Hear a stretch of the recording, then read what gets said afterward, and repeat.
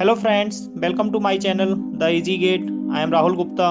If you are new to my channel, please subscribe, share and like video. Don't forget to press the bell icon to get the latest update and provide your valuable comments. Hello everyone, welcome to the IG gate. तो हम analogue की series पढ़ रहे थे और analogue में हमने बहुत ही इम्पोर्टेंट टॉपिक स्टार्ट कर दिया था, वो था बीजेटी एम्पलीफायर। और हमें बीजेटी एम्पलीफायर का एनालिसिस पढ़ना था। तो सबसे पहले हमने ये देख लिया था कि बीजेटी एम्पलीफायर का एनालिसिस के लिए हमें कौन कौन से पैरामीटर यूज करने हैं, एच पैरामीटर, पाई पैरामीटर और टी पैरामीटर। तो हमने पिछली क्लास में एच पैरामीटर का इंट्रोडक्शन देख लिया था कि एच पैरामीटर हमें क्यों यूज करना है, क्यों यूज होते हैं। बेसिकली वो आपके बाइसिंग पर, टेम्परेचर पर, फ्रिक्वेंसी पर, इन सब पर डिपेंड करते हैं। तो बेसिकली ये आपके मैन्युफैक्चर पैरामीटर होते हैं कि जब भी आप बीजेटी खरीदने जाओगे आपको एक लिस्ट मिलेगी जिसमें आपको एच पैरामीटर दिए जाएंगे। तो जब भी क्वेश्चन आएगा आपका, अगर उसमें एच पैरामीटर दिए हैं तब तो वो क्वेश्चन सॉल्व हो जाएगा। अगर एच पैरामीटर नहीं दिए हैं तो ऐसी कोई मेथड नहीं है जिससे आप एच पैरामीटर फाइंड कर सको। तो एच पैरामीटर बेसिकली आपके डिपेंड करते हैं बाइसिंग पर। तो अगर एच पैरामीटर दिए हैं उसमें, आप देखना क्वेश्चन जो भी गेट में क्वेश्चन आए हुए हैं, आईएएस में क्वेश्चन आए हुए हैं, कि अगर एच पैरामीटर दिए हुए हैं तो हमेशा उसमें कभी भी बाइसिंग नहीं दी जाएगी, क्योंकि जो आपके एच पैरामीटर है वो आपके फिक्स बाइसिंग पर होते हैं। जैसे मैंने आपको बताया था पिछली क्लास में कि जो एच पैरामीटर की वैल्यू दी गई है वो आपकी एक फिक्स कलेक्टर करंट पर और फिक्स बीसीई पर, मतलब फिक्स ऑपरेटिंग पॉइंट पर है। और आपकी फ्रिक्वेंसी कितनी थी, 1 किलोहर्ट्ज की। अगर आपने नहीं देखा है पिछला लेक्चर तो सबसे पहले आप पिछला लेक्चर देखो।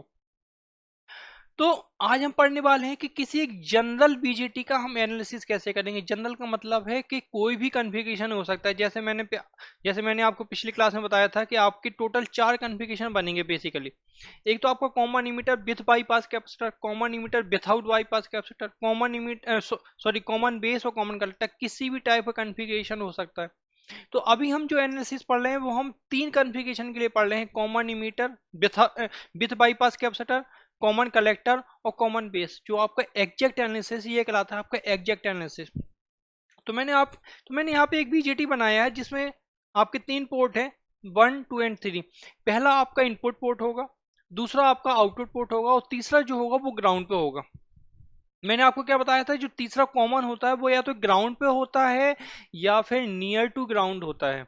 नियर टू ग्राउंड का मतलब है कि या तो हो सकता है कि वो वहां से कोई रेजिस्टेंस लगा के वो ग्राउंड करेगा या फिर डायरेक्टली वो ग्राउंड कर सकता है कॉमन नोड को।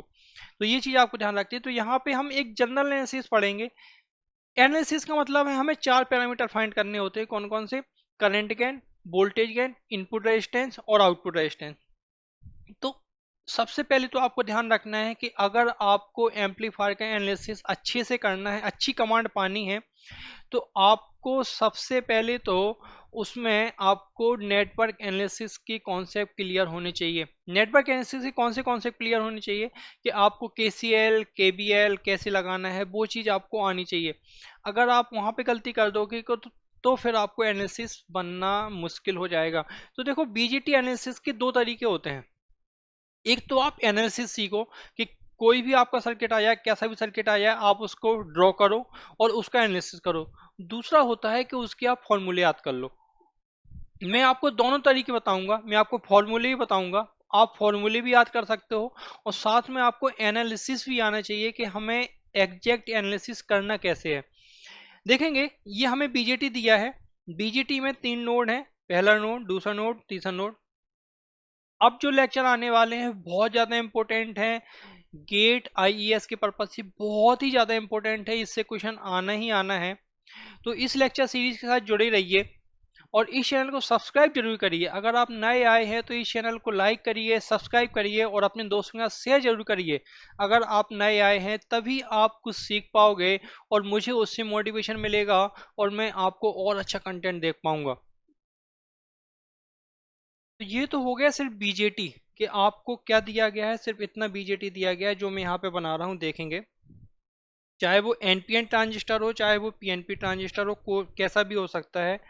ये आपका एनपीएन ट्रांजिस्टर है, इसमें ये रहा बेस, ये रहा कलेक्टर, ये रहा इमीटर। अगर मैं पीएनपी की बात करूँ तो पीएनपी ये आपका कैसा बनेगा, ये आपका पीएनपी ट्रांजिस्टर जिसमें ये है कलेक्टर, ये है बेस और ये रहा emitter.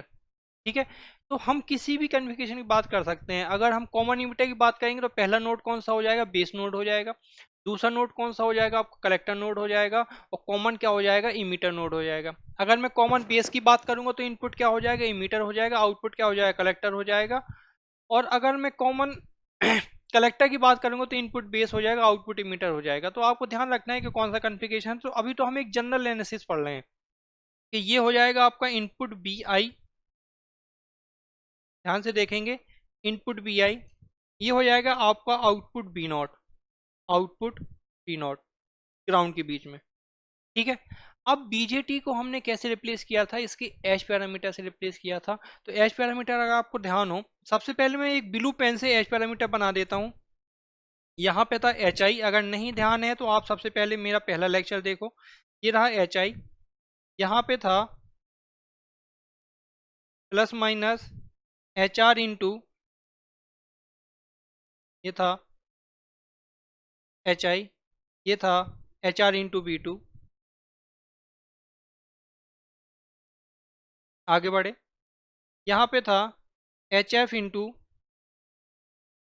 I one, H F into I one. और यहाँ पे था 1 upon H not, 1 upon H not. ये रहा आपका आउटपुट, ये रहा आउटपुट। अब देखो जनरल एनालिसिस हमें करना कैसे है। ये रहा बी आई और ये रहा बी नॉट। सबसे पहले तो हमें क्या करना होता है, सबसे पहले हमें इसमें इंटरनल पैरामीटर निकालने होते हैं। इंटरनल पैरामीटर अलग होते हैं, और जो वो क्वेश्चन पूछेगा, जैसे उसने पूछा अगर इनपुट रेजिस्टेंस, अगर उसने पूछा इनपुट रेजिस्टेंस, तो इनपुट रेजिस्टेंस वो सर्किट का पूछ रहा होगा। इंटरनल इनपुट रेजिस्टेंस अलग होगा बीजेटी का, और जो आपको सर्किट दिया होगा उसका इनपुट रेजिस्टेंस अलग होगा। अभी मैं आपको बताऊंगा इन दोनों में क्या है। एक्सटर्नल इनपुट रेजिस्टेंस और इंटरनल इनपुट रेजिस्टेंस दोनों में बहुत डिफरेंस है, वहां पर गलतियां हो जाती हैं।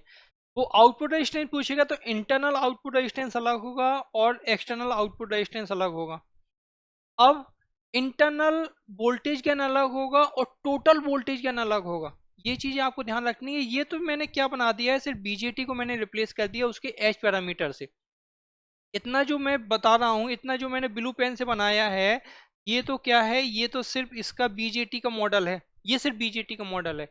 अब इसमें हम बाइसिंग भी तो करेंगे। ये तो हमने सिर्फ बीजेटी को बना दिया, अब हम इसमें बाइसिंग भी तो करेंगे, तभी तो हम एज ए एम्पलीफायर काम कर पाएंगे। तो आपको ध्यान हो, हमने एक आरसी कपल्ड एम्पलीफायर पढ़ाया था।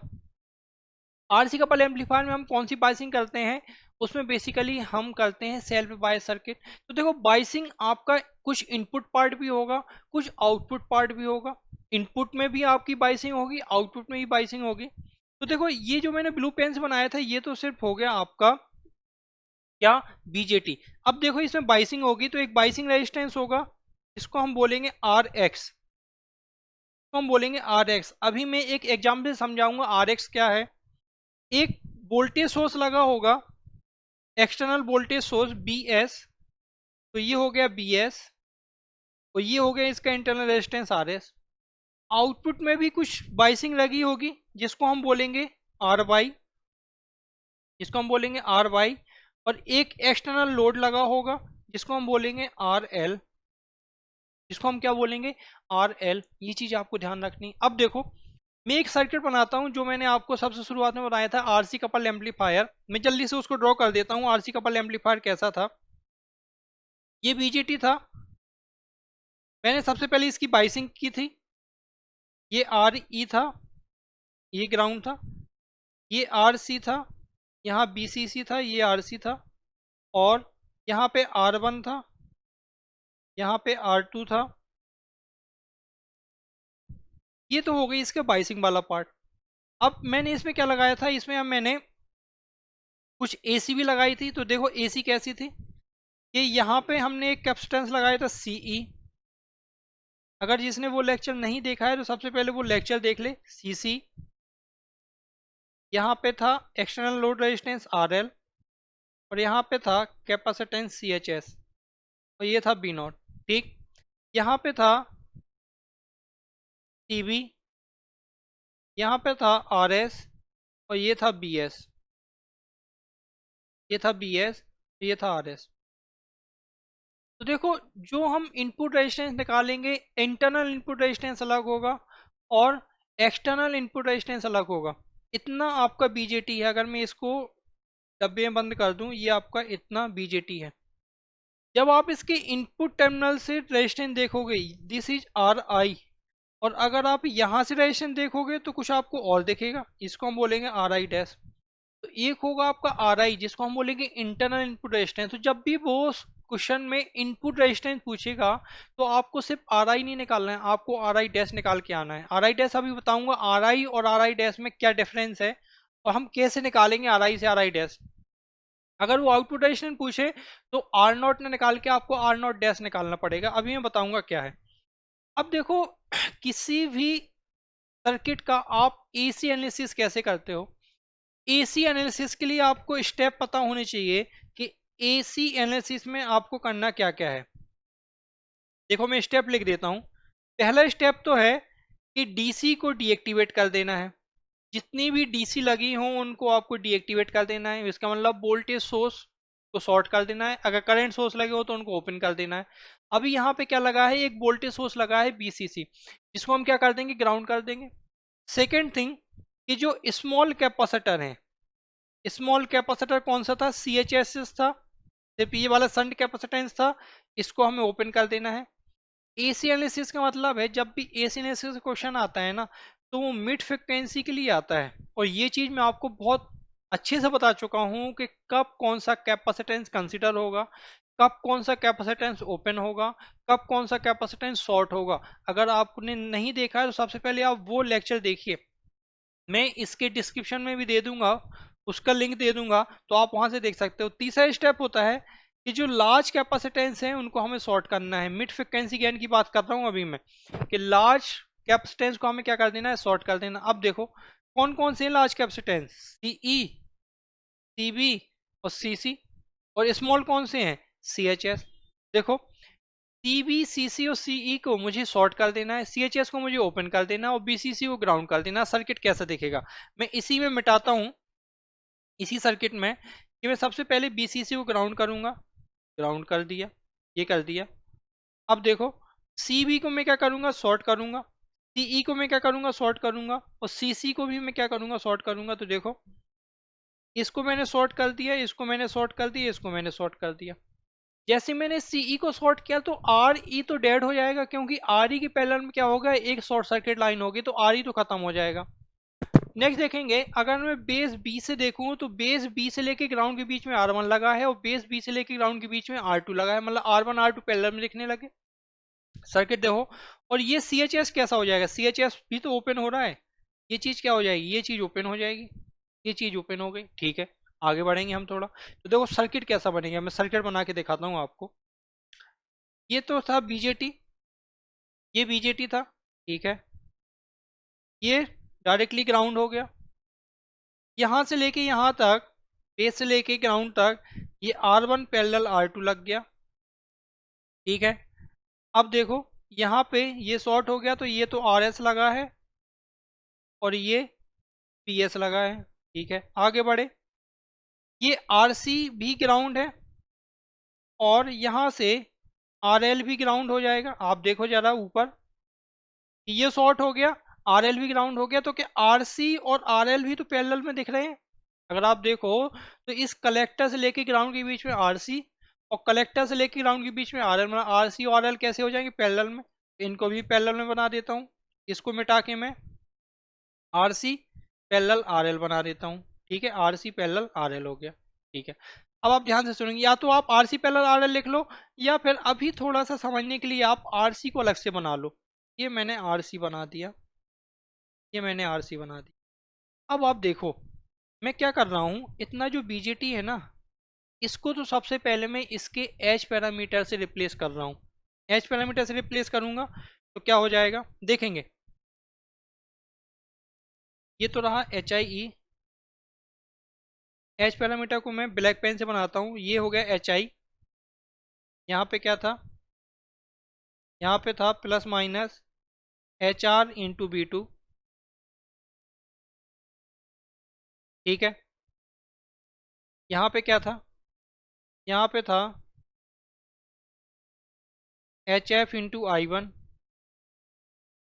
H F into I one. मैंने आपको सिर्फ समझाने के लिए यहाँ पे ये कॉमन इमीटर लिया था कि इसमें आर एक्स क्या है, आर एक्स क्या होता है, आर वाई क्या होता है, ये सारी चीज़ें समझाने के लिए मैंने लिया था। अब देखो, अब मैं रेड पेन से बनाऊंगा। ये चीज़ तो हो गई आपकी, सिर्फ क्या एच पैरामीटर से रिप्लेस कर दिया मैंने बीजेटी को। जो मैंने रेड पेन से ये गोल बनाया है ना बीजेटी, ये सिर्फ आपका उसको रिप्लेस कर दिया है मैंने इसको।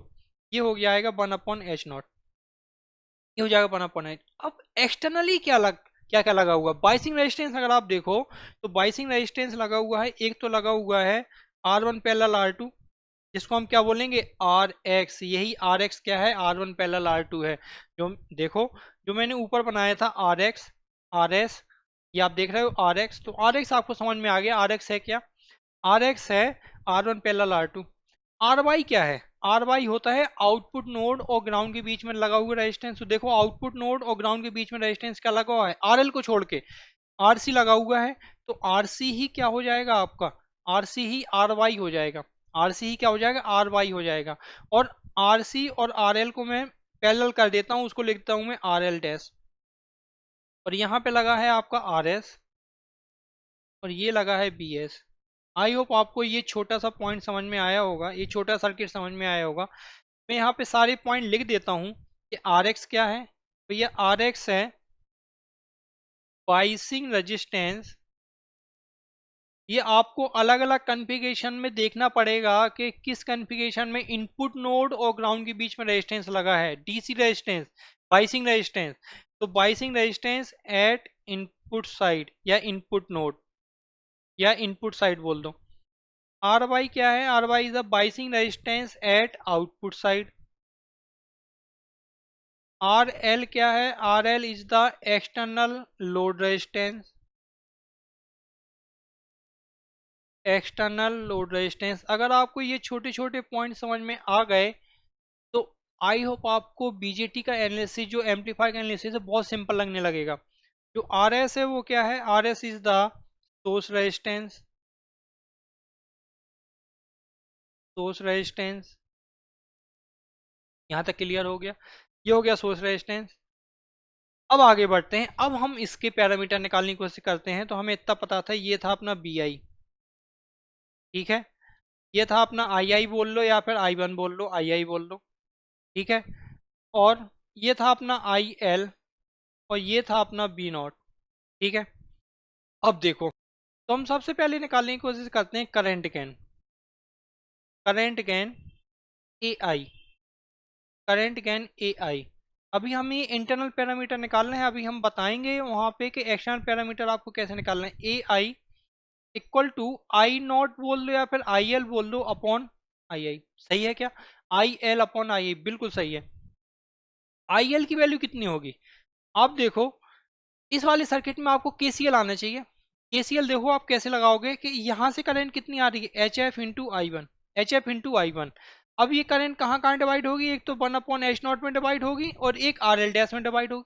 इतना सही है क्या। तो आई एल की वैल्यू कितनी आएगी, अगर मैं बोलूँ आई एल की वैल्यू आएगी तो आई एल इक्वल टू हो जाएगा, करंट डिवीजन रूल से लिख दो कि ये हो जाएगा माइनस का H F E into, sorry not H F E, सिर्फ एच एफ लिखेंगे अभी हम, जनरल एनालिसिस कर रहे हैं, H F into I one. Current division rule क्या कहता है, 1/H0 upon 1/H0 plus are L dash, सही है। यही हो जाएगा आपका करंट डिवीजन रूल। तो क्या बचेगा, ये बचेगा 1/1 plus H naught into R L dash into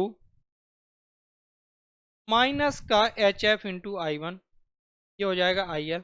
तो I L upon I one क्या बचेगा, I L upon I one आ जाएगा माइनस का H F upon 1 plus H naught into R L dash. देखो कितना सिंपल है। अगर हमें सिर्फ करंट डिवीजन रूल आता है तो हमने करंट गेन निकाल के रख दिया, करंट गेन इक्वल टू कितना है, करंट गेन इक्वल टू है minus H F upon 1 plus H0 into R L dash. अब अगर एक कॉमन इमीटर है, जैसे हम कॉमन इमीटर की बात करते हैं, तो एच एफ की जगह क्या आ जाएगा, H F E, H not की जगह क्या आ जाएगा, एच ओ ई।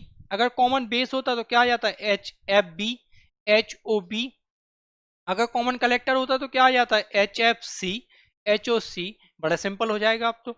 सेकंड स्टेप, अगर मैं बोलूँ सेकंड पैरामीटर हमें क्या निकालना है, तो सेकंड पैरामीटर हमें निकालना होता है input resistance. Input resistance R I, R I equal to क्या होता है, आर आई इक्वल टू होता है पी आई अपॉन आई आई बोल दो या फिर आई वन बोल दो, P I upon I one बोल दो।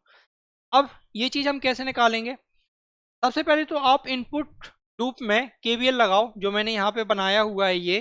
तो आप क्या लिखोगे, माइनस का पी आई प्लस का H I into I one plus का H R into B two equal to zero. ठीक है, तो वी आई इक्वल टू क्या आ जाएगा, H I into I one plus H R into B two. तो देखो आपको ध्यान क्या देना होता है, आपको ध्यान ये देना होता है कि हमें basically V I upon I one निकालना है। तो हमें पूरी इक्वेशन, इस साइड तो आपका बी आई है, अगर आप देखो तो एल एच एस में तो आपका बी आई है, पर आर एच एस में आई वन नहीं है, आई वन को हम नीचे नहीं ला सकते। तो इक्वेशन कुछ ऐसा करो कि आई वन आ जाए। तो हम क्या करेंगे, अगर हम अपन बी टू को कुछ ऐसा लिखें, H I into I one तो है ही, प्लस बी टू को हम क्या लिख सकते हैं, यहाँ से देखो बी टू बोल लो या फिर बी नॉट बोल लो, बी टू ही तो बी नॉट है। ठीक है, तो बी नॉट इक्वल टू क्या है, R L dash into I L. तो H R into R I L dash into R L, R L sorry I L into R L dash, I L into R L dash. अब I L की value कितनी है, यहाँ से हमने निकाली थी आई एल की वैल्यू, ये आई थी। आई एल की वैल्यू हम कितनी लिख सकते हैं, अगर अपन ई आई के फॉर्म में लिखें तो I L equal to A I into I one लिख सकते हैं, आई एल इक्वल टू लिख सकते हैं अपन ए आई इंटू आई वन लिख सकते हैं। ठीक है, तो क्या आ जाएगा, V I equal to H I into I one plus H R into A I into I one into R L dash. I one जब नीचे ले जाएंगे तो यही क्या बन जाएगा, V I upon I one equal to R I equal to H I plus H R into I one into R L dash. ये चीज आपको ध्यान रखनी है। तो देखो अगर कॉमन इमीटर होगा तो हम क्या लिख देंगे, एच आई की जगह H I E, H R की जगह एच आर ई। अगर कॉमन बेस होगा तो हम क्या लिख देंगे, एच आई की जगह H I B, H R की जगह एच आर बी। अगर कॉमन कलेक्टर होगा तो एच आई की जगह H I C, H R की जगह एच आर सी। बड़ा सिंपल हो जाएगा, बहुत ही सिंपल है। हम निकालते हैं वोल्टेज गेन, ये तो हो गया आपका इनपुट रेजिस्टेंस। हम निकालते हैं वोल्टेज गेन, हम इसके एनालिसिस पे आएंगे। हमने बेसिकली निकाला क्या है, कैसे फॉर्मूले आए हैं। A V voltage gain equal to क्या होता है, ए बी इक्वल टू, ये तो भैया हमें पता है, B naught upon B I होता है, output voltage upon input voltage.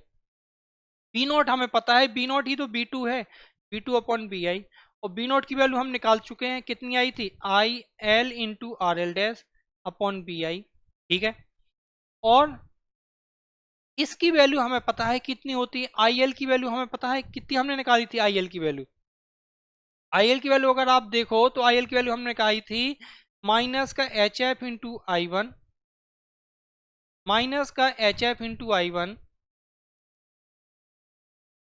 या फिर हम लिख सकते हैं, देखो आई एल की जगह हम लिख सकते हैं ए आई इंटू आई वन, जैसे हमने अभी पहले लिखा है, into R L dash upon B I, upon B I. तो देखो ए बी इक्वल टू क्या आएगा, A V equal to I one को नीचे ले जाओ तो ये बचेगा ए आई, मतलब current can, A I into R L dash upon B I upon I one. और B I upon R one क्या है, इनपुट रेजिस्टेंस है, A I into R L dash upon R one लिख लो या फिर are आई लिख लो, तो हम क्या बोलेंगे, आर आई। तो देखो बेसिकली आउटपुट जो वोल्टेज गेन है उसका फॉर्मूला आपको ऐसे याद रखना है कि current gain upon input resistance into load resistance, net load resistance. Are L dash क्या होता है, नेट लोड रेजिस्टेंस होता है। तो कोई भी कॉन्फ़िगरेशन आ जाए आपको फॉर्मूला ऐसे याद रखना है, कैसे, current gain upon input resistance into load resistance, net load resistance. Are L dash basically होता है, अगर मैं आर एल डैश को लिखूं तो आर एल डैश कहलाता है नेट लोड रेजिस्टेंस। तो ए बी की वैल्यू आ गई है। तो देखो हमने अभी 3 पैरामीटर निकाल लिए, अब हम जो जो चौथा पैरामीटर निकालने वाले हैं वो बहुत ज़्यादा इंपॉर्टेंट है, उसका प्रोसीजर आपको पता होना चाहिए कि प्रोसीजर क्या है। नेक्स्ट है आपका आउटपुट रेजिस्टेंस, बहुत ही ज़्यादा इंपॉर्टेंट है आउटपुट रेजिस्टेंस निकालना। कैसे निकालना है हमें किसी भी एम्पलीफायर का आउटपुट रेजिस्टेंस, कैसा भी एम्पलीफायर दिया हो उसका हमें आउटपुट रेजिस्टेंस हमें कैसे निकालना है, ध्यान देंगे। तो आउटपुट रेजिस्टेंस वैसे ही निकाला जाता है जैसे आप थेवेनिन रेजिस्टेंस निकालते थे। थेवेनिन रेजिस्टेंस निकालने का तरीका क्या था कि आप लोड को ओपन कर देते थे, और लोड को ओपन करने के बाद आप जितने भी उसमें इंडिपेंडेंट सोर्स लगे होते थे उनको आप डीएक्टिवेट कर देते थे, और लोड हटा के आप वहां पे एक वोल्टेज लगाते थे वी और करंट आई, और वी अपॉन आई की वैल्यू निकाल देते, वही होता था थेवेनिन रेजिस्टेंस। अगर आपको थेवेनिन रेजिस्टेंस नहीं पता है तो मेरी नेटवर्क की सीरीज भी चल रही है, वहां पे मैंने थेवेनिन थ्योरम पढ़ा रखी है, वहां पे आप देखो थेवेनिन रेजिस्टेंस हम कैसे निकालते हैं। अगर सर्किट में आपका डिपेंडेंट सोर्स लगे हों तो हम थेवेनिन रेजिस्टेंस हम कैसे निकालते हैं, वहां पे मैंने आपको सिखाया हुआ है। तो देखो अपना सर्किट कैसा था, मैं फिर से जाता हूँ थोड़ा सा ऊपर। अपना सर्किट ये था, हमें निकालना है आउटपुट रेजिस्टेंस आर नॉट। हमें क्या करना पड़ेगा, आउटपुट रेजिस्टेंस आर नॉट निकालने के लिए बेसिकली कभी भी हम कोई सा भी रेजिस्टेंस निकालते हैं हमें आउटपुट रेजिस्टेंस कहाँ से देखना है, यहाँ से। अगर आप देखो तो आउटपुट रेजिस्टेंस ये है, ये रहा आपका आउटपुट रेजिस्टेंस, ठीक। तो आउटपुट रेजिस्टेंस जब भी आपको निकालना होगा तो आपको लोड रेजिस्टेंस को क्या करना पड़ेगा, रिमूव करना पड़ेगा, और जितने भी इंडिपेंडेंट सोर्स, कौन से लगे इंडिपेंडेंट सोर्स, ये लगा है, इंडिपेंडेंट सोर्स को आपको डीएक्टिवेट करना पड़ेगा, ठीक है। तो वही हम करेंगे। तो अपना सर्किट देखो कैसा बनेगा, इसको हमने डीएक्टिवेट करके क्या कर दिया, शॉर्ट कर दिया। ये आर एस है, आप अपनी कॉपी में करते रहो, क्योंकि इसमें मैं बार बार ऊपर नीचे कर रहा हूँ, हो सकता है आपको थोड़ी सी प्रॉब्लम हो, बट आप अपनी कॉपी में करते रहो, आपको समझ में आ जाएगा। यहाँ पे आर एक्स लगा हुआ है, यहाँ पे एच आई लगा हुआ है, यहाँ पे H R into B two लगा हुआ है, यहाँ पे H F into I one लगा हुआ है, यहाँ पे आई वन था, ये आई वन था, ये एच आई ही है, ये एच आर, ये आर एस है, यहाँ पे वन अपॉन एच नॉट लगा हुआ है, और इसको हमने ओपन करके क्या लगा दिया, एक वोल्टेज वी लगा दिया और करंट आई, करंट आई, ठीक है। तो हमें वी अपॉन आई निकालना है जो आर नॉट होगा, और बेसिकली वी अपॉन आई की वैल्यू ही होगी, यही चीज़ हमें निकालनी है, और ये कितनी आएगी देखेंगे ज़रा। अगर हम यहाँ पे केसीएल लगाएं तो इस नोड का वोल्टेज कितना होगा, वी होगा। अगर मैं यहाँ पे केसीएल लगाऊं तो क्या होगा, H F into I one जा रहा है, ठीक है, गया, plus V upon one upon H naught जा रहा है, ठीक है, equal to I, equal to I. अब हमें क्या करना है कि अगर हम देखें कि आर एक्स और आर एस ये दोनों पैरेलल में दिख रहे हैं, ये दोनों पैरेलल में है क्या, यस ये दोनों पैरेलल में है, तो इन दोनों को पैरेलल कॉम्बिनेशन में लिख देता हूँ, कितना हो जाएगा, R X parallel R S. और ये रेजिस्टेंस आपको याद रखना है, ये रेजिस्टेंस कितना होगा, आर एस डैश बोलेंगे हम आगे फ्यूचर में जब भी हम पढ़ेंगे, तो R X parallel R S को हम क्या बोलेंगे, आर एस डैश बोलेंगे। तो देखेंगे अब मैं आर नॉट कैसे निकालने वाला हूँ। देखो अब मैं यहाँ पे क्या करता हूँ, इसको मिटा के, मेरे पास ऑप्शन है तो मैं इसको मिटा के आर एस डैश लिख देता हूँ, इतने को मिटा के,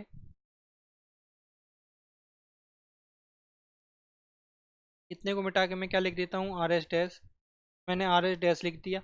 अब मैं यहाँ पे केबीएल लगा देता हूँ, देखेंगे जरा केबीएल क्या लगेगा, R S dash into I one plus H I into I one plus H R into B two equal to zero.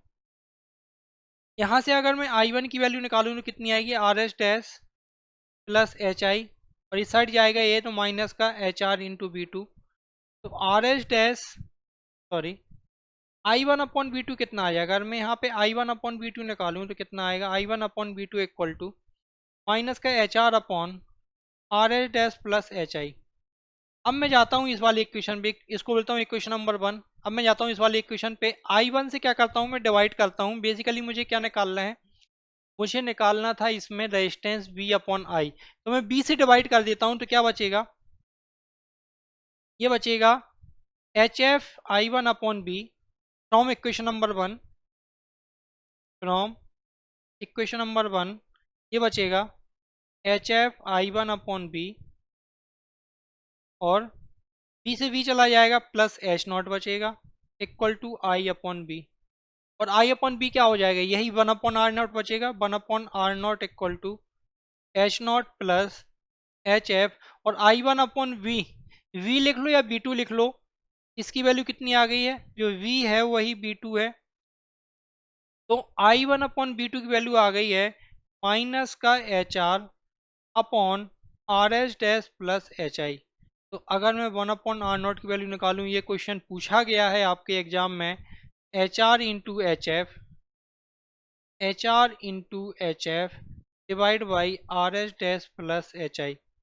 अब कैसा भी कन्फिग्रेशन हो, अगर कॉमन इमीटर है तो आप क्या लिख दोगे, H0 की जगह HOE, HR की जगह HRE, HI की जगह HIE। अगर कॉमन बेस है तो HOB, HRB, HIB। अगर कॉमन कलेक्टर है तो HOC, HRC और HIC। मतलब ये हमने बेसिकली जनरल एनालिसिस पढ़ लिया है। एक जनरल एनालिसिस का मतलब है अब कोई सा भी कन्फिग्रेशन आ जाएगा, हम उसका एनालिसिस कर पाएंगे। तो बेसिकली आपको जो क्वेश्चन दिया जाता है, अभी तक जो क्वेश्चन आए हैं आपके, हमेशा कॉमन इमीटर पैरामीटर दिए जाते हैं, मतलब HIE, HRE, HFE, HOE, ये पैरामीटर दिए जाते हैं।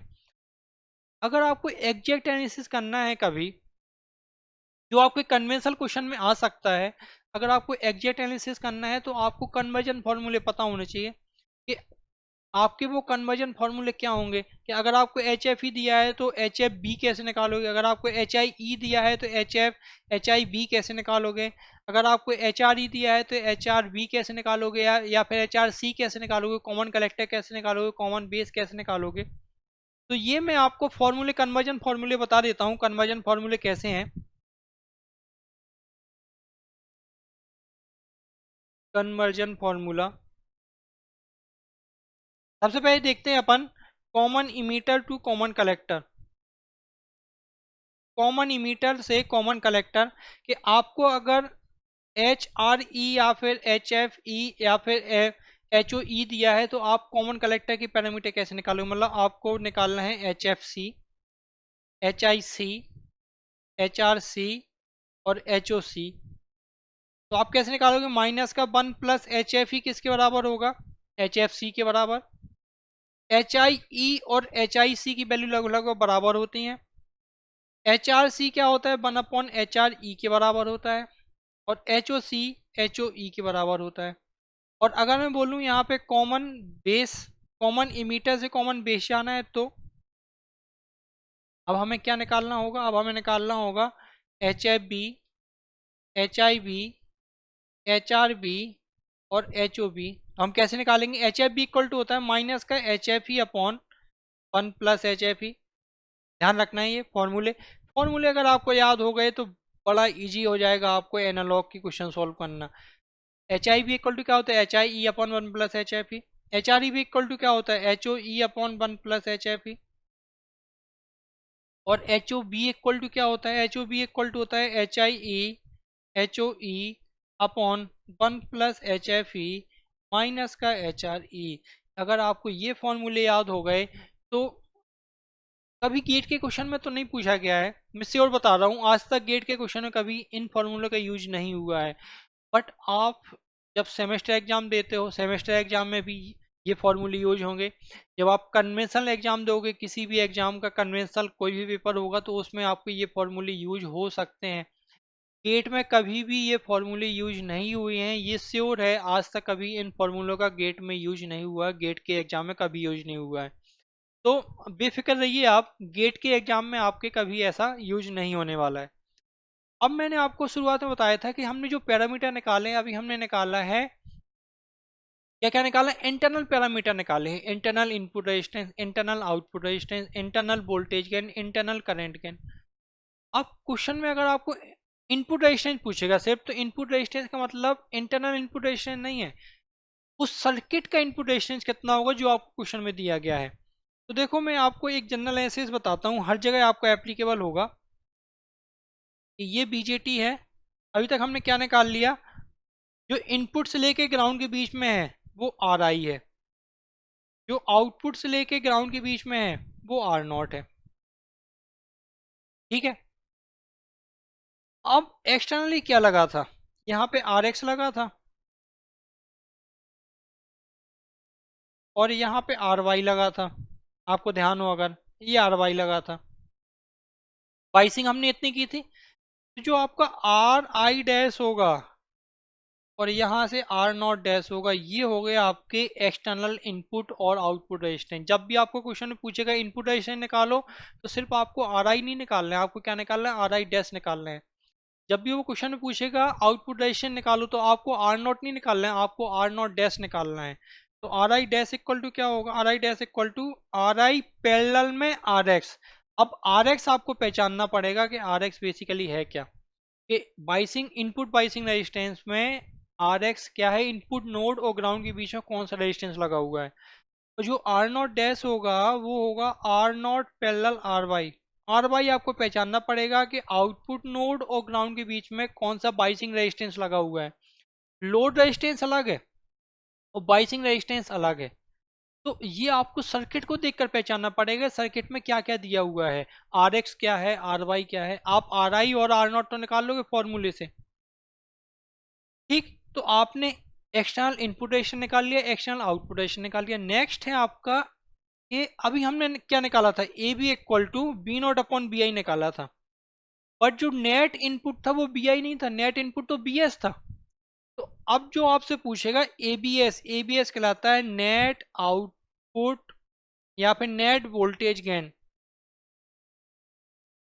Net voltage gain. और A B S equal to होता है B naught upon B S, ये होता है B naught upon B S. अभी तक आपने क्या निकाला है, आपने निकाला है B naught upon B I, अब आपको निकालना है B naught upon B S. तो ये चीज आप कैसे निकालोगे, ध्यान देंगे जरा। अगर मैं इनपुट साइड में देखूं तो ऐसा कुछ था, ये बी एस था, ये आर एस था, यहाँ पे आर एक्स था और यहाँ पे आर आई था। ध्यान होगा अगर, ये आर आई था, ये आर एस था और ये बी आई था, ये बी आई था।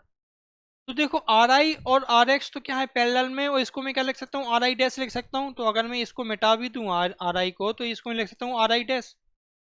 तो मुझे बताओ वोल्टेज डिवीजन रूल से अगर मुझे बी आई निकालना है तो कितना आएगा, बी आई इक्वल टू आ जाएगा R I dash upon R S plus R I dash और इंटू बी एस। तो B I upon B S कितना आएगा, B I upon B S आएगा R I dash upon R S plus R I dash, ठीक है। तो देखो अगर अब मुझे निकालना है B naught upon B S, ये हो जाएगा अपना ए बी एस। तो इसको मैं लिखता हूँ V naught upon B I into V I upon B S, लिख सकता हूँ, यस लिख सकता हूँ। ये बन जाएगा ए बी और इसकी वैल्यू हमने निकाल ली है are I dash upon R S plus R I dash.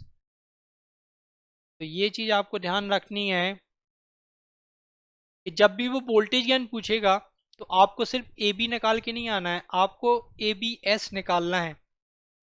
A B S equal to क्या होगा, A V into R I dash upon R S plus R I dash.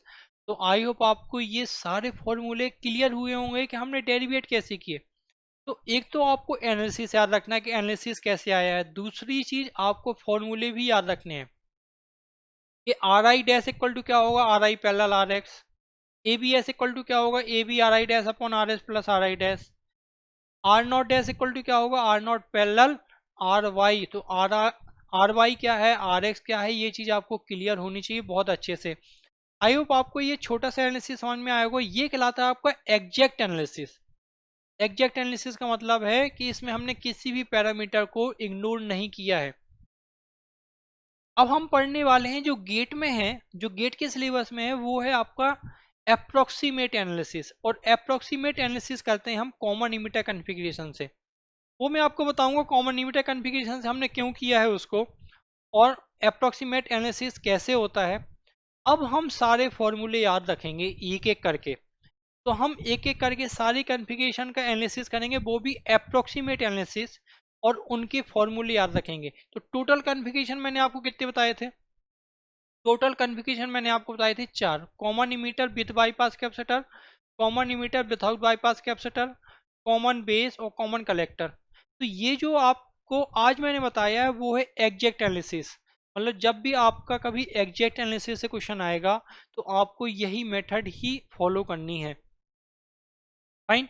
तो ऐसे question आपके कभी गेट में नहीं आएंगे, इतना तो क्लियर है, गेट में नहीं आएंगे, आईईएस की कन्वेंशनल में आते हैं। तो आज का जो लेक्चर था वो कन्वेंशनल एग्जाम के लिए था कि कन्वेंशनल एग्जाम में आप बीजेटी एम्पलीफायर का एनालिसिस आप कैसे करोगे। तो आई होप आपको ये लेक्चर से आपको एम्पलीफायर का छोटा सा एनालिसिस समझ में आया होगा। तो if you really like my video please like share and subscribe to the channel. Thank you.